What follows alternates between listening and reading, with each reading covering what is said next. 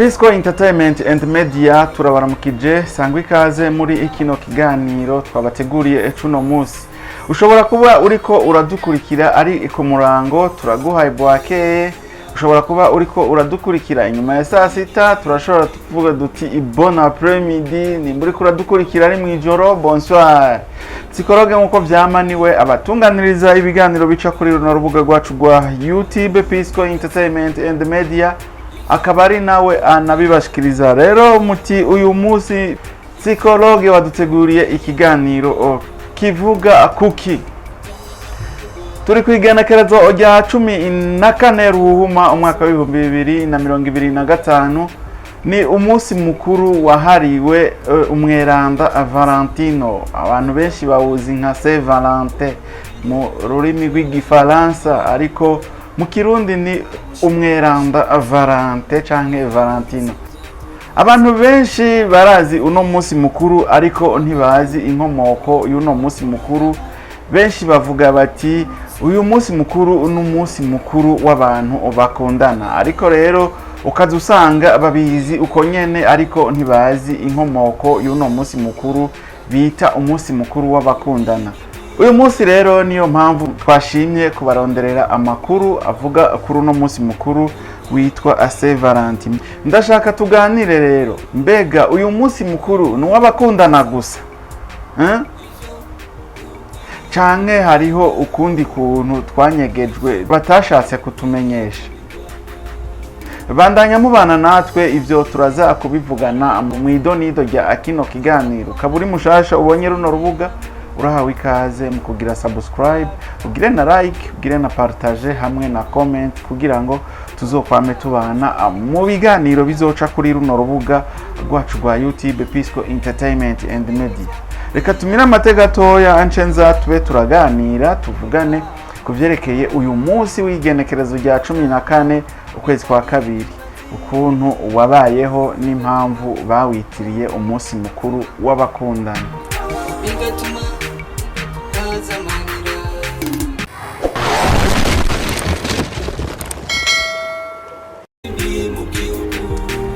Turasubiye kubaramutsa sangwa ikaze mu idonido rero rya kino kiganiro. Uyu munsi nashimye yuko twavugana kuri no munsi mukuru bise umunsi mukuru w'abakundana. Umunsi mukuru abantu benshi bavuga bati witwa Saint Valentin. Uyu munsi mukuru uhimbazwa kwisi yose, ariko uko uhimbazwa siko uyu munsi mukuru warutegerejwe kuba.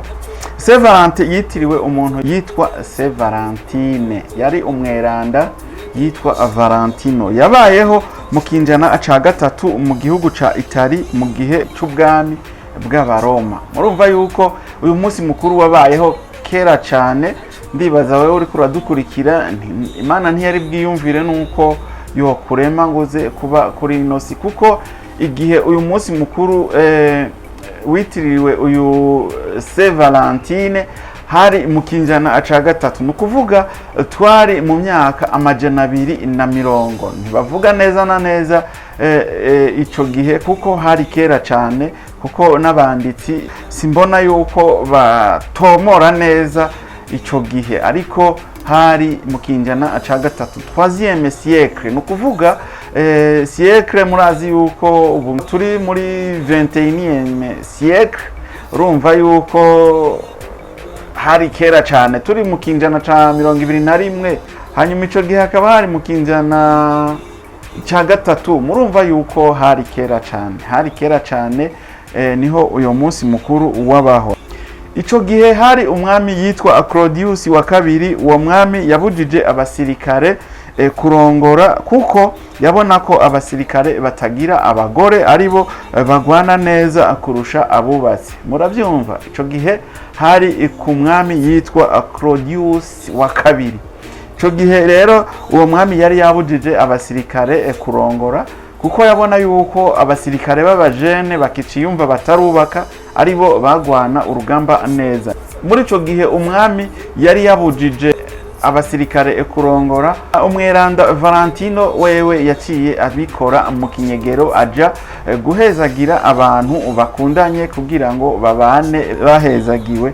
Ivyo akaba yabikoze mu mpisho. Bamaze gufata Saint Valentin baramufashe baramupfunga baramugirira nabi, hanyuma ku igenekerezo rya 14 ukwezi kwa kabiri aca aricwa. Murabyumva ukuntu vyagenze kugira ngo uyo Valentino ashobore kwitiririrwa uno munsi bavuga bati ino munsi mukuru w'abakundana. Ari ku igenekerezo rya 14 niho yishwe azira yuko yashoboye kurenga ku itegeko ry'umwami Claudius wa kabiri ryo guhezagira abantu bakundana, ryo guhezagira abasirikare kugira ngo barongore bamaze guhezagirwa. Murumva yuko ico yazize kwari ukurenga ku itegeko rya Claudius wa kabiri.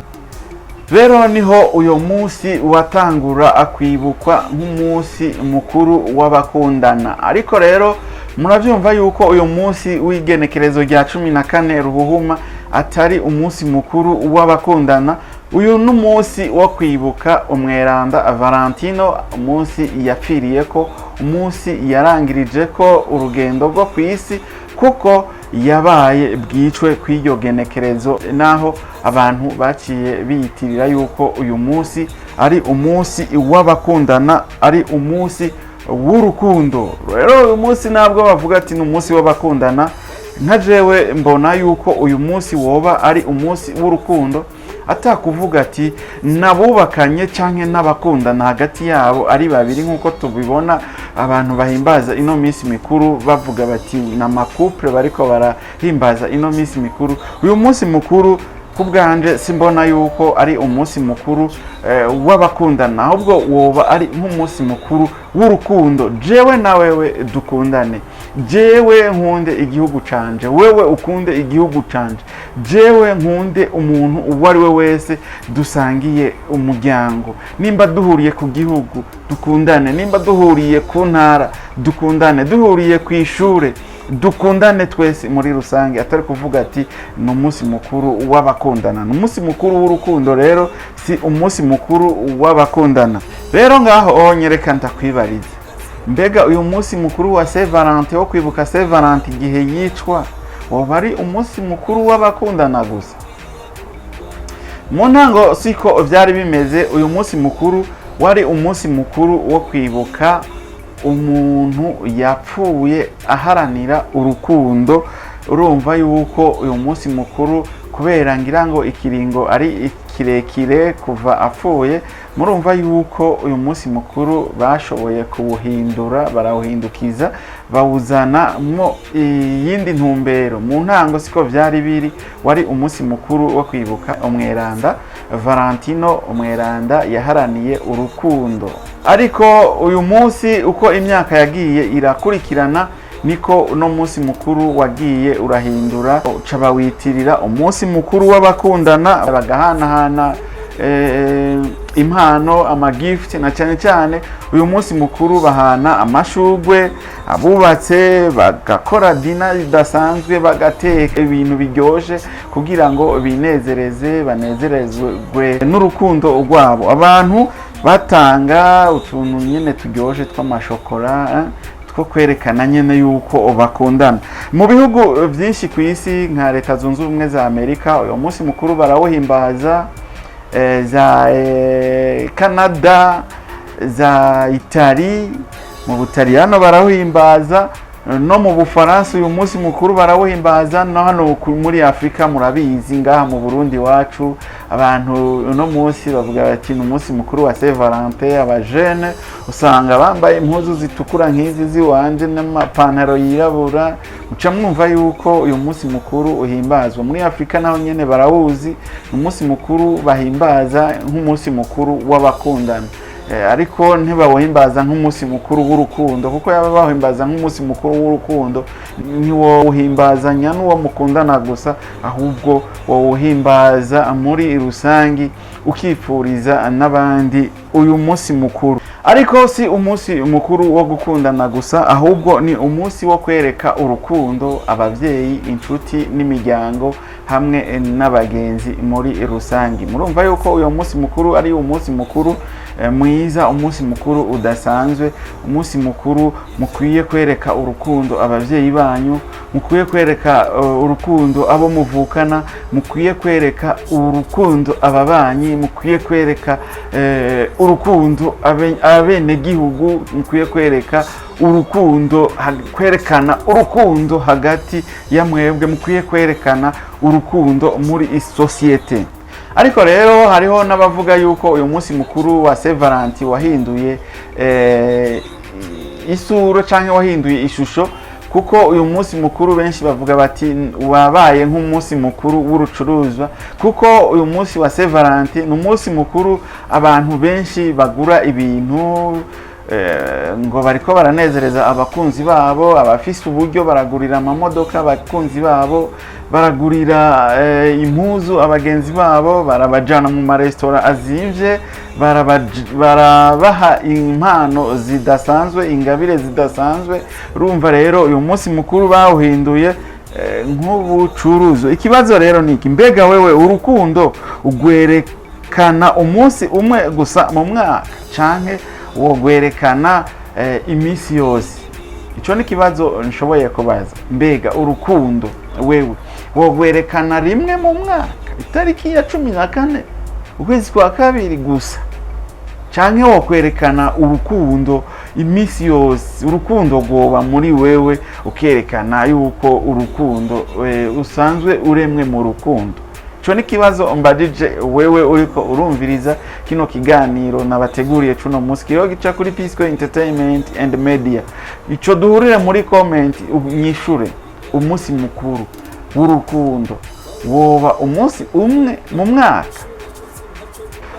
Rero reka tugarukirize ikiganiro hano, kuko sino kigira ikiganiro kirekire. Uyu munsi mukuru mube maso, na cyane cyane abantu babigeme ngwaruka barawuhimbaza batazi inkomoko y'uno munsi mukuru. Ukadusanga umunsi mukuru bagiye mu byo kwinezereza, usanga bagiye mu byo gukora ubushurashuzi, ubuhumbu.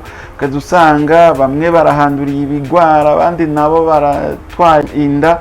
Kandi mumenye yuko ego gukundana ni vyiza, mumenye yuko no munsi mushobora kuba mukundana, ariko mu mwaka uza mushobora kutazoba muriko murakundana. Ariko ni vyiza guhimbazanya umunsi mukuru n'uwo mwiyumvanamwo, kandi ni vyiza guhimbazanya umunsi mukuru n'umuntu uwo ari we wese, kuko ni umunsi mukuru w'urukundo. Ariko rero uyu munsi mukuru si umunsi mukuru w'urukundo gusa, ahubwo ni umunsi mukuru wo kwibukanya yuko urukundo arico kintu ca mbere kw'isi ginatuma isi iguma ihagaze. Mugiriraniye urukundo byose bizoshoboka, byose birashoboka. Rero uyu munsi mukuru wa Saint Valentin wo kwibukanya ko urukundo arigo rutuma isi iguma ihagaze.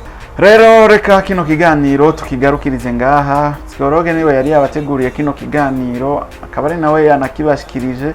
Ukaba wakunze kino kiganiro, nugire like aka kantu kameze gutya ugafyondeko, ugire na subscribe nimba utari bwagire subscribe, uzoba ukoze kandi uzoba winjiye mu muryango wagutse mu bwami bwa Pisco Entertainment and Media.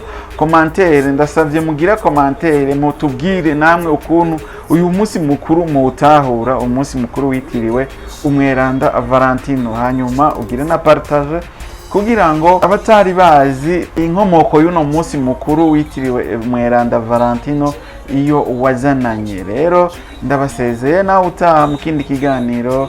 Imana ibahezagire. Thank you.